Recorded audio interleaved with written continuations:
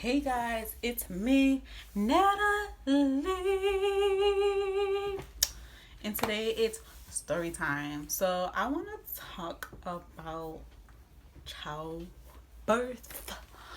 Um, this one must be my son's. Oh yeah, this one is my son's. You want to see how cute he is?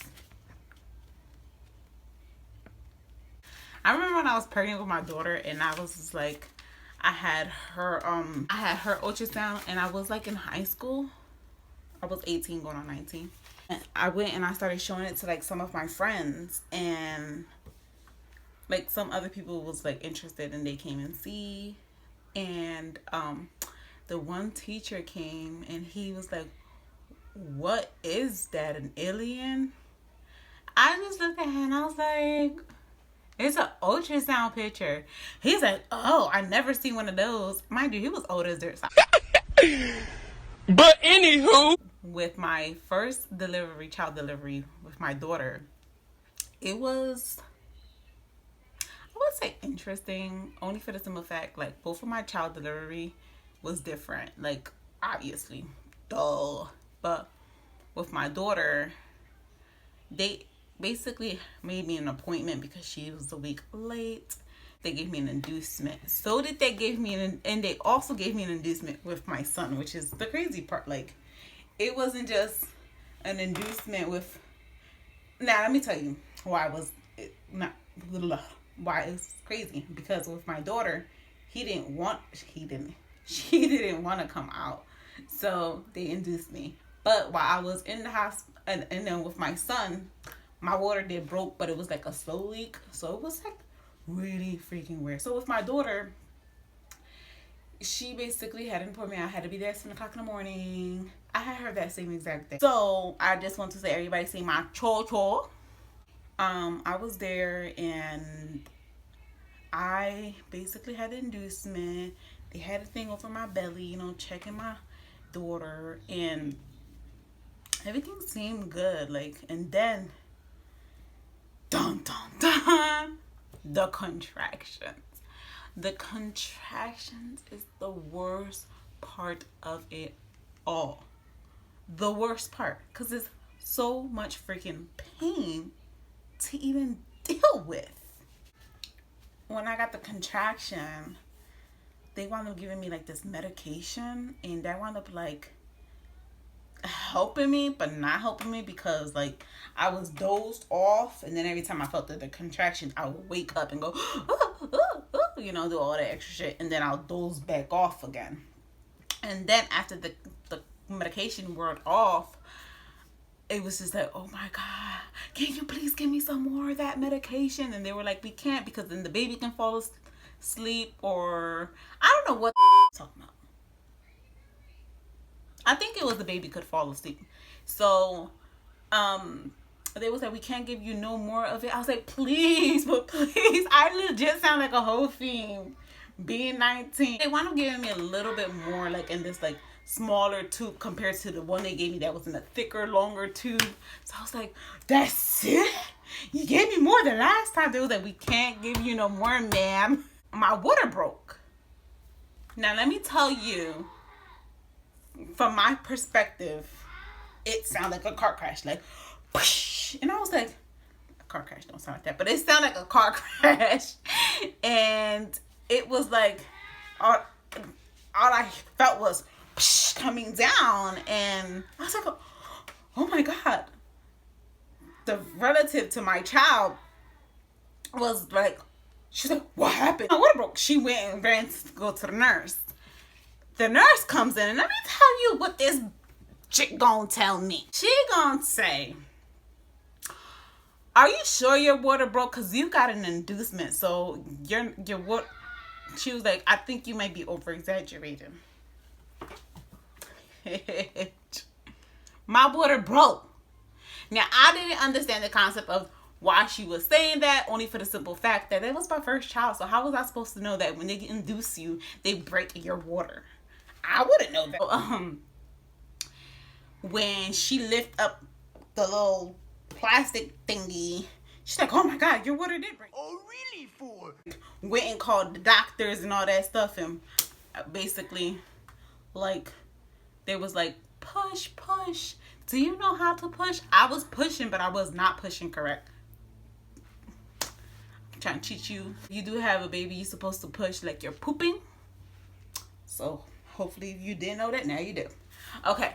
So I was pushing, but I was pushing incorrectly. So I peed myself. But I did not poop myself because I did not eat. When I heard the stories, I was like, I don't want to poop and blah, blah, blah. I want my baby to be on poop. So yeah, I was being a little kid. If I knew I was going to get induced and all that stuff, I would have eaten because I was starving that day. Like, legit, my mom came with cheesesteaks and they was eating cheesesteaks in front of my face. And all I was allowed to eat was ice cubes.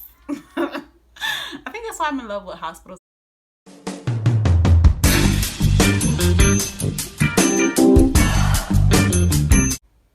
Anywho, so I wound up finally pushing out my baby girl, Zelia. And the first thing the doctor does is rub her head. And her head is like down there, obviously. I had from my vagina, of course. So I'm just like, she's like, oh my gosh, she got a lot of hair. I was like, can you at least wait till my baby come out of my fucking vagina? Like, you only see her head. Like, what the heck? Wound up having her and all that stuff. And that's how my labor went. They cleaned her up and I held her. They took her to the other room. You could hear her from fucking away crying like really loud. I don't know if I was close to where she was placed or what, but you could hear her. Now for my son, it was a lot more different because it wasn't an appointment. It was more of, it was like 2 o'clock in the morning. I had no idea. Hold on. So for my son, I woke up at 2 o'clock in the morning and I went to go pee. So I went and I peed. And then I walked back in the hall and I felt like I had to pee again. So I went back to go pee. Went back to the room and peed myself. Like, I didn't make it back to the room all the way, but I peed myself. Like, what the heck is going on? So I took a shower.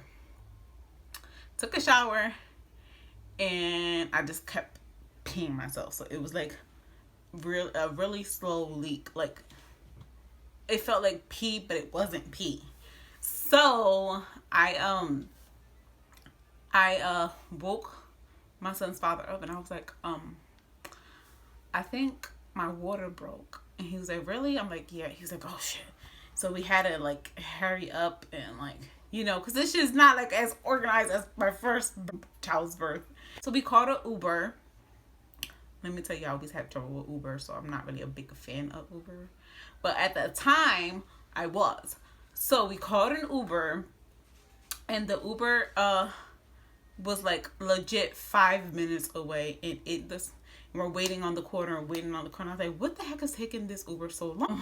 So I went to the hospital, and he like took an Uber to drop them off, and we wind up I wound up being there, and they were like, we gotta check your fluids that's coming out of you to make sure it ain't piss. I say, it ain't piss. Who the heck pissed this long? Like, who pisses this long? Like, I'm peeing so much. And then when I looked, it was like a distinguished, it was like a weird color. So I'm like, this shit is not pee. This color is not pee, and who pees this long? So the lady was like a rude lady. Like, she was mad because she couldn't find my veins from my arm, and so she wanted to do it here, which hurts 10 times more. So she was telling me to stay still, but I was staying still. Like, do your job. Your job is not to be mean to me, to tell me to stay still. Do your job. Your job is to be like, relax, not stay still. You gotta stop moving. If my hands be like this is not my fault. You get what I'm saying? So she was kind of rude, and you know, at the time I was just like not really worried about her. I was just like, what the heck is going on? Why aren't I in a room getting checked to like be checked? Why is they checking the liquid? It was so confusing. I was just like, just let them do their job. They wound up saying that it is labor water that I had, that then they wound up switching me to a room. They wound up checking me. They said like I had a bag within a bag and they both were broken. So that's why I was slow leaking, which was weird. So they had to induce me because the baby wasn't ready, but the water broke. I really don't know what the hell was. But I know that I had him the same day I went.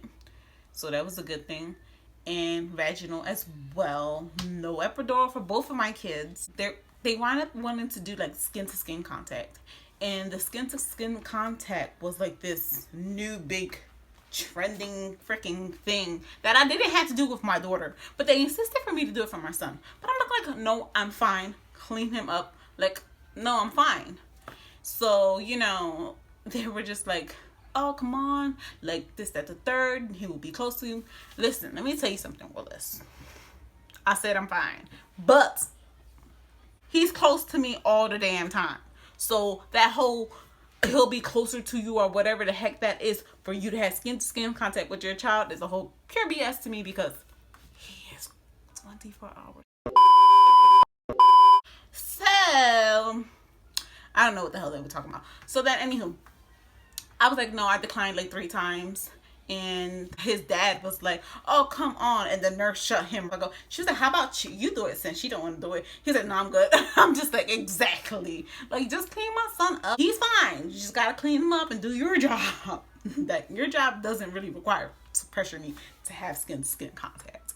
But let's rewind real quick because they also pressured me. Also, for my daughter, they did not pressure me at all. They were very nice to me. They were fucking nice to me for my daughter. I don't know what it was, but like 2010 nurses and well, I can't say doctors because the doctors always seem nice, but nurses are all nice. Now for 2016, well, let's be nice. Yeah. Let's be nice. We don't have to go there. I mean, you're not wrong, but you didn't have to say it. I mean, good Lord. When it came down to like the epidural, the lady came like 5 times, asked me if I want an epidural for my son. They didn't ask me for my daughter. I told them no, I don't want it. I'm fine. They were like, all right, okay. They never asked again. Nothing. For my son, they were just like, you sure you don't want an epidural? I have to do my job. I gotta make sure you want you're positive you don't want an epidural. Are you positive you don't want to? Like, you know, they were just like annoying. And I'm just like, if I'm dealing with contractions, I do not want to deal with you. I was like, if I signed this is how mad I was, because if you're trying to pressure me to do something, that's the wrong thing to do. When I say no, I really mean it unless I change my mind. Nobody can do that for me.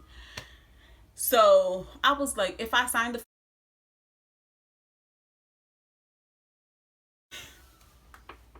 you know, I felt so bad afterwards. Like, I can't believe I spoke to her like that and stuff like that. But she was really annoying me. And I'm like, you know, he's like, well, you gotta do what you gotta do. So I signed the paper and she went beyond her way and left me the hell alone.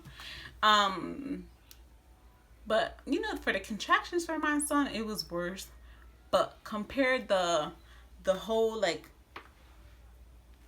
the egg implant and all that stuff into like 9 months or technically 10 months, my daughter was better than my son because I only had to throw up like the first semester of my pregnancy.